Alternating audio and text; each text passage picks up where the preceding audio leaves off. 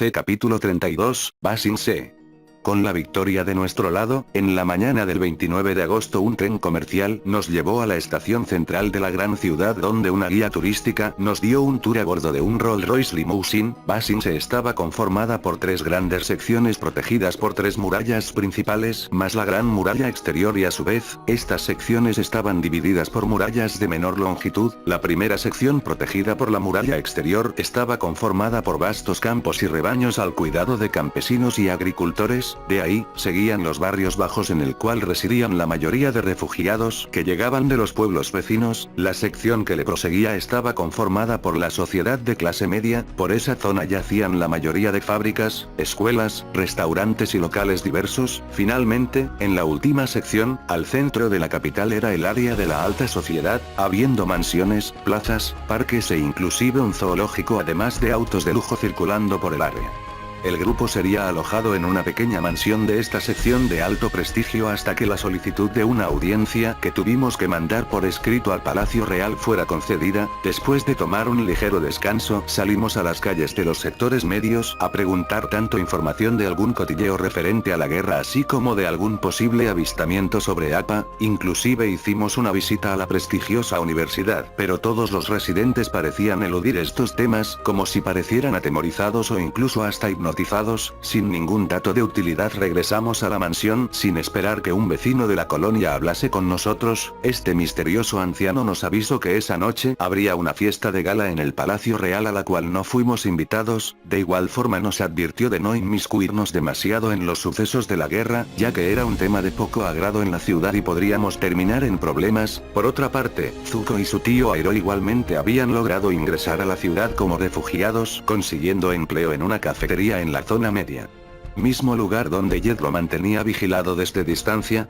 Junto a 2 miembros de su pandilla lograron alojarse en los barrios bajos, pero tras haberlos conocido en una de las embarcaciones de refugiados días atrás mantenía sus sospechas de que ambos fueran maestro de fuego control. Aún sin haber conseguido evidencia alguna, Jet por cuenta propia irrumpió en la cafetería amenazando tanto a Zuko y a Airo, quienes estaban usando nombres falsos. Zuko confrontó a quien los amenazaba con un duelo de sables. En el transcurso de la pelea, Jet trataba de acorralar a Zuko para obligarlo a usar fuego control, pero sin resultado alguno. La pelea fue detenida por oficiales Daily, una rama de guardias humanos de élite que manipulaban tierra control, usando guantes de un material similar a la roca pero fácilmente moldeables. Apresaron a Jet con facilidad llevándoselo arrestado. En cuanto al equipo, las chicas trayendo puestos hermosos vestidos lograron convencer a los guardias del Palacio Real el dejarles pasar al evento con uso de su encanto femenino. Del lado de los varones, nos hicimos pasar por meseros para pasar por una entrada secundaria. Ya dentro de la elegante fiesta, buscamos al rey por todos lados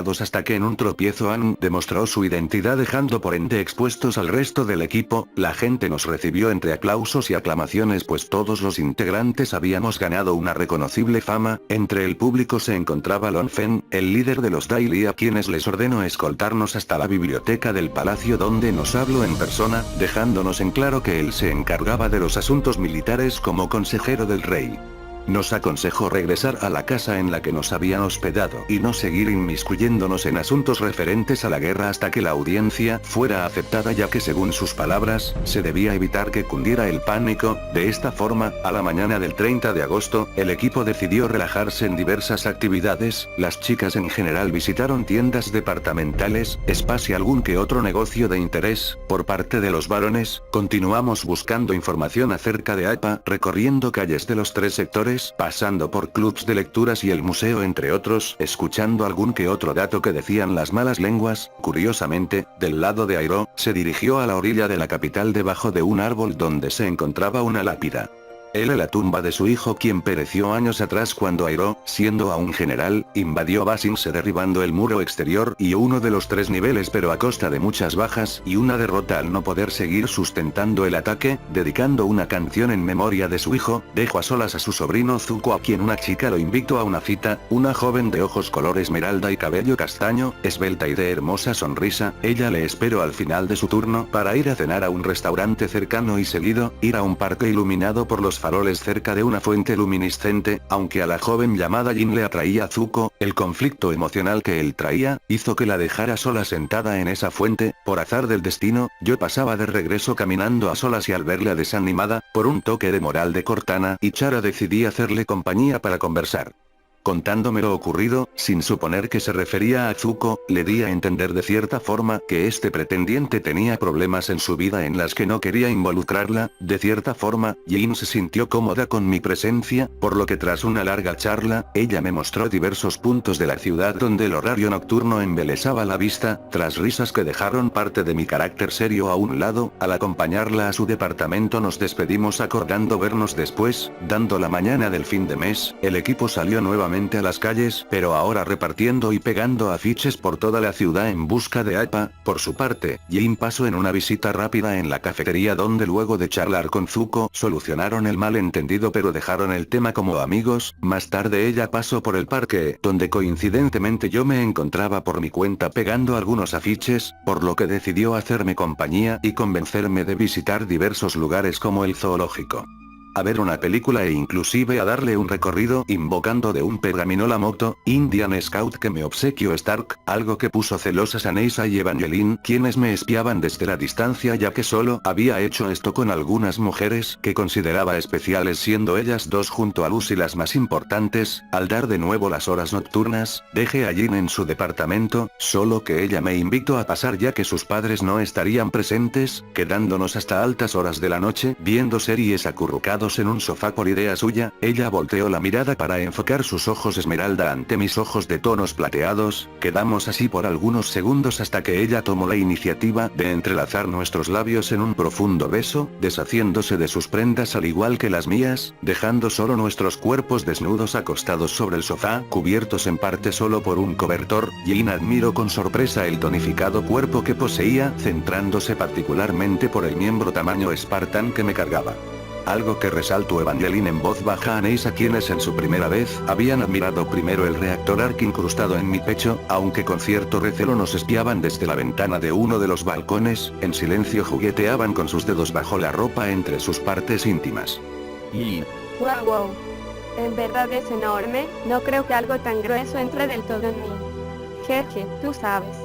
Con cierta intriga, ella comenzó a pasar su lengua por toda la envergadura y a lamer la punta, pasando a chupar. Tras unos intentos la sacó de su boca ya que sintió como si se asfixiara al intentar pasarlo a lo profundo de su garganta. Excitada debido a los efectos de Hasaku, Jin se colocó encima mío y lo introdujo lentamente en su feminidad. Al igual que el resto de compañeras con anterioridad, no llegó a meterla del todo ya que sentían como sus dimensiones forzaban contra su cervix. Con una expresión de deleite se perdió en el placer moviéndose una y otra vez, yendo más rápido cada cierto tiempo. Por ende yo también comencé a empujar en lo más profundo, percibiendo como ella llegaba al clímax en más de una ocasión durante los varios cambios de posiciones, siendo mínimo 8 antes de que yo soltara mi primera carga, llenando su vientre hasta abultarla y dejándola recostada exhausta sobre el sofá, aunque como siempre, yo todavía tenía energías pero debía tranquilizarme, o al menos eso pensé hasta que Neisa y Evangeline hicieron acto de presencia con una mueca de enfado en sus rostros, pero ciertamente húmedas bajo su cintura. Aunque estaban enfadadas por tomarme mis libertades con una chica ajena al harem, decidieron desquitarse tomando su turno. A la mañana del primer día del mes, el resto del equipo recibió una visita inesperada en la pequeña mansión. Se trataba de Jet, quien había escuchado rumores acerca de un gran animal encerrado en un almacén de los barrios bajos. Aunque no se fiaban de sus palabras por lo ocurrido semanas atrás, decidieron acompañarlos y no antes de usar un intercomunicador de emergencia para enviarme una notificación. En su departamento, Jin, vistiendo solo una camisa y sus panties, estaba sentada en su comedor con una taza en sus manos, algo consternada ya que aparte de mí, no esperaba que Neisa y Evangeline nos acompañaran en el desayuno.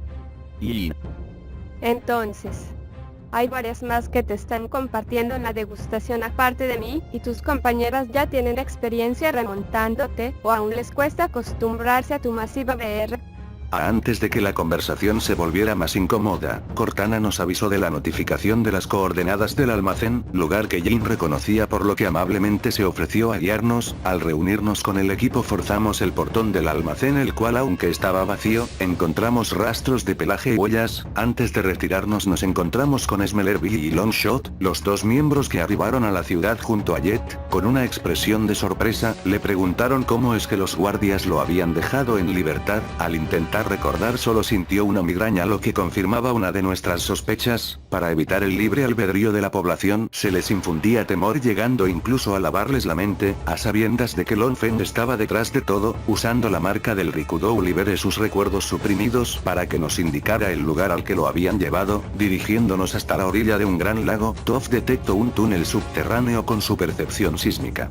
Al encontrar la escotilla de acceso, ingresamos al pasadizo que nos llevó hasta un búnker submarino, logrando ubicar la sala de archivos. Dejamos que Cortana se infiltrara en la base de datos, obteniendo el número de almacén donde mantenían cautivo a Appa, además de otros varios archivos de valor. Al dirigirnos hacia el almacén nos percatamos que se trataba de una trampa, ya que el lugar estaba vacío, siendo emboscados por un gran número de guerreros Dai Li bajo el mando de Long Feng para silenciarnos. A pesar de la desventaja numérica, Naruto y yo habíamos acumulado chakra con anterioridad, activando nuestro modo Sennin, protegiendo a Jin y Zenko, quienes no sabían defenderse. Los 11 miembros restantes enfrentamos en conjunto al batallón de Dai Lis. Pese a que la fuerza rival eran reconocidos por su letalidad en manejo de tierra control, respaldándonos entre todos con nuestro conjunto de habilidades, lográbamos contrarrestar sus técnicas, neutralizándolos poco a poco. Ante una posible derrota, Long Feng optó por huir, a lo que Jet intentó detenerlo por su cuenta, solo para que en un descuido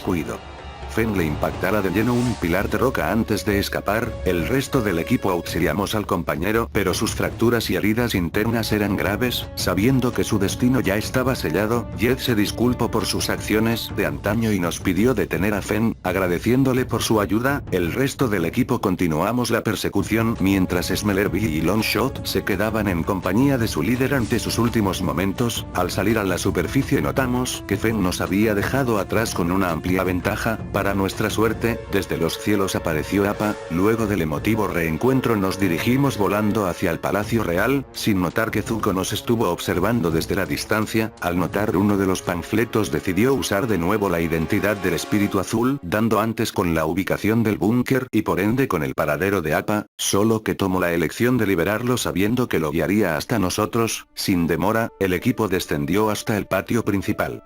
Haciendo a un lado a los guardias, nos adentramos en el palacio hasta el salón del trono. Con mi fuerza Spartan derribe las pesadas puertas antes de ser rodeados por los soldados de la Guardia Real del Rey bajo órdenes de Long Feng, quien ya se encontraba a su lado. Este le había hecho creer que éramos enemigos del Estado, por lo que cada integrante tuvimos que presentarnos para que escuchara nuestras intenciones. A pesar de que Feng manipuló algunos datos, no esperaba que Cortana desencriptara información de alto secreto exponiéndola en esa misma sala. Al quedarle claro que había sido manipulado por su consejero, quien le ocultaba los acontecimientos de la guerra aterrorizando a la población, el rey le ordenó a sus fuerzas que arrestaran a Feng. El resto de ese día le informamos al rey acerca de los últimos eventos del conflicto, incluyendo el reciente intento de invasión. De igual forma le notificamos del evento del eclipse, solicitándole su ayuda para un ataque a la capital de la Nación del Fuego.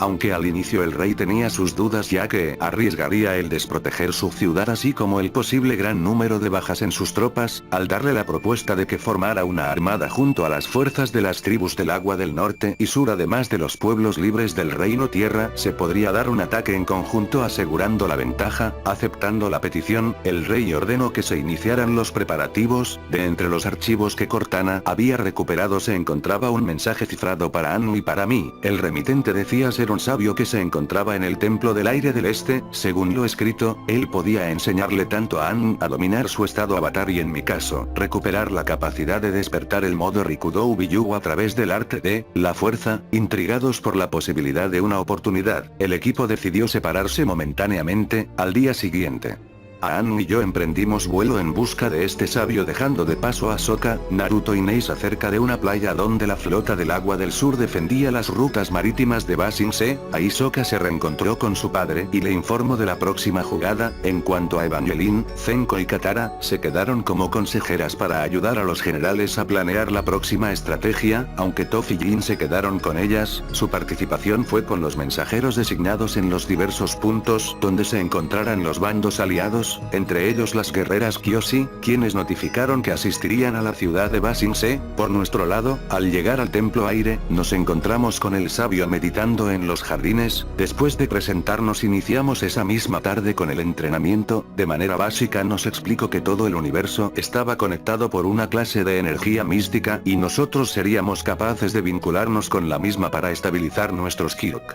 Pero para esto primero deberíamos desbloquear ciertos puntos de chakra en nuestro cuerpo que nos enlazaban a un estado espiritual. A partir de ahí comenzó una semana enfocándonos en la meditación y en el perfeccionamiento de nuestro control elemental. Aunque todo apuntaba que iría para bien, el destino nos deparaba otra cosa. Para la tarde del 9 de septiembre, Katara tomó un pequeño descanso visitando la nueva cafetería que habían abierto en los barrios altos. Al entrar se percató que el gerente era el propio Iroh en compañía de su sobrino, por lo que asustada, Katara regresó al palacio avisándole a Evangeline y Zenko de lo que vio, por lo que pensaron informarles a las guerreras Kyoshi, quienes habían llegado a la ciudad hace unos días solo para percatarse que se trataban de Azula, Ty Lee y Mei. Ellas habían capturado a Suki y a las demás, usurpando su uniforme para infiltrarse en la ciudad. Con la guardia baja, la elfa de Okra junto a la Kumiho y la maestra Agua fueron capturadas. Desde el templo del este, Aang y yo percibimos esto por medio de la fuerza en una práctica de meditación, por lo que a pesar de la advertencia del sabio, dejamos nuestro entrenamiento incompleto volando de nuevo a la capital del reino tierra, alcanzando a Sokka, Naruto y Neisa en uno de los campamentos militares de su tribu. Les avisamos de nuestra visión, por lo que sin dudar nos acompañaron. Ya por el amanecer, mientras íbamos en pleno vuelo, notamos a Toph desplazándose a alta velocidad en una tablilla de piedra con Jin sujetada a su espalda.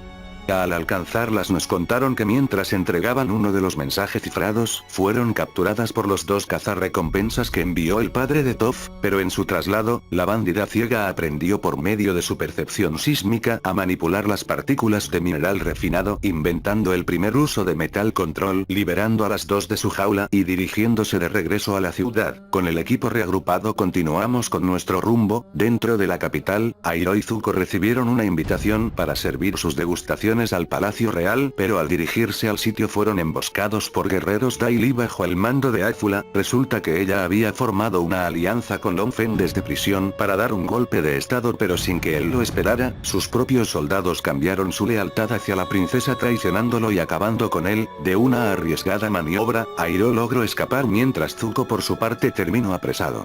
Pensando en una solución, el viejo notó al bisonte sobrevolando la ciudad, por lo que fue hasta la dirección de la pequeña mansión, sino antes sacarle respuestas a un Ty Lee moribundo. Aterrizando frente a la mansión revisamos el interior sin encontrar a nadie, pero justo en ese momento Iroh tocó a nuestra puerta, al contarnos de lo ocurrido y revelarnos la ubicación de una prisión subterránea debajo del palacio. Supusimos que ahí es donde había encerrado a las chicas, por lo que nos aliamos al viejo para un rescate, inmiscuyéndonos hasta las cercanías del Palacio Real. Nos separamos en dos equipos. Toph, Sokka, Jin y Naruto intentarían alertar al rey y los altos mandos del peligro inminente. En cuanto a Iroh, Neisa, Aang y yo buscaríamos un pasadizo hasta las catacumbas para rescatar al príncipe y las chicas.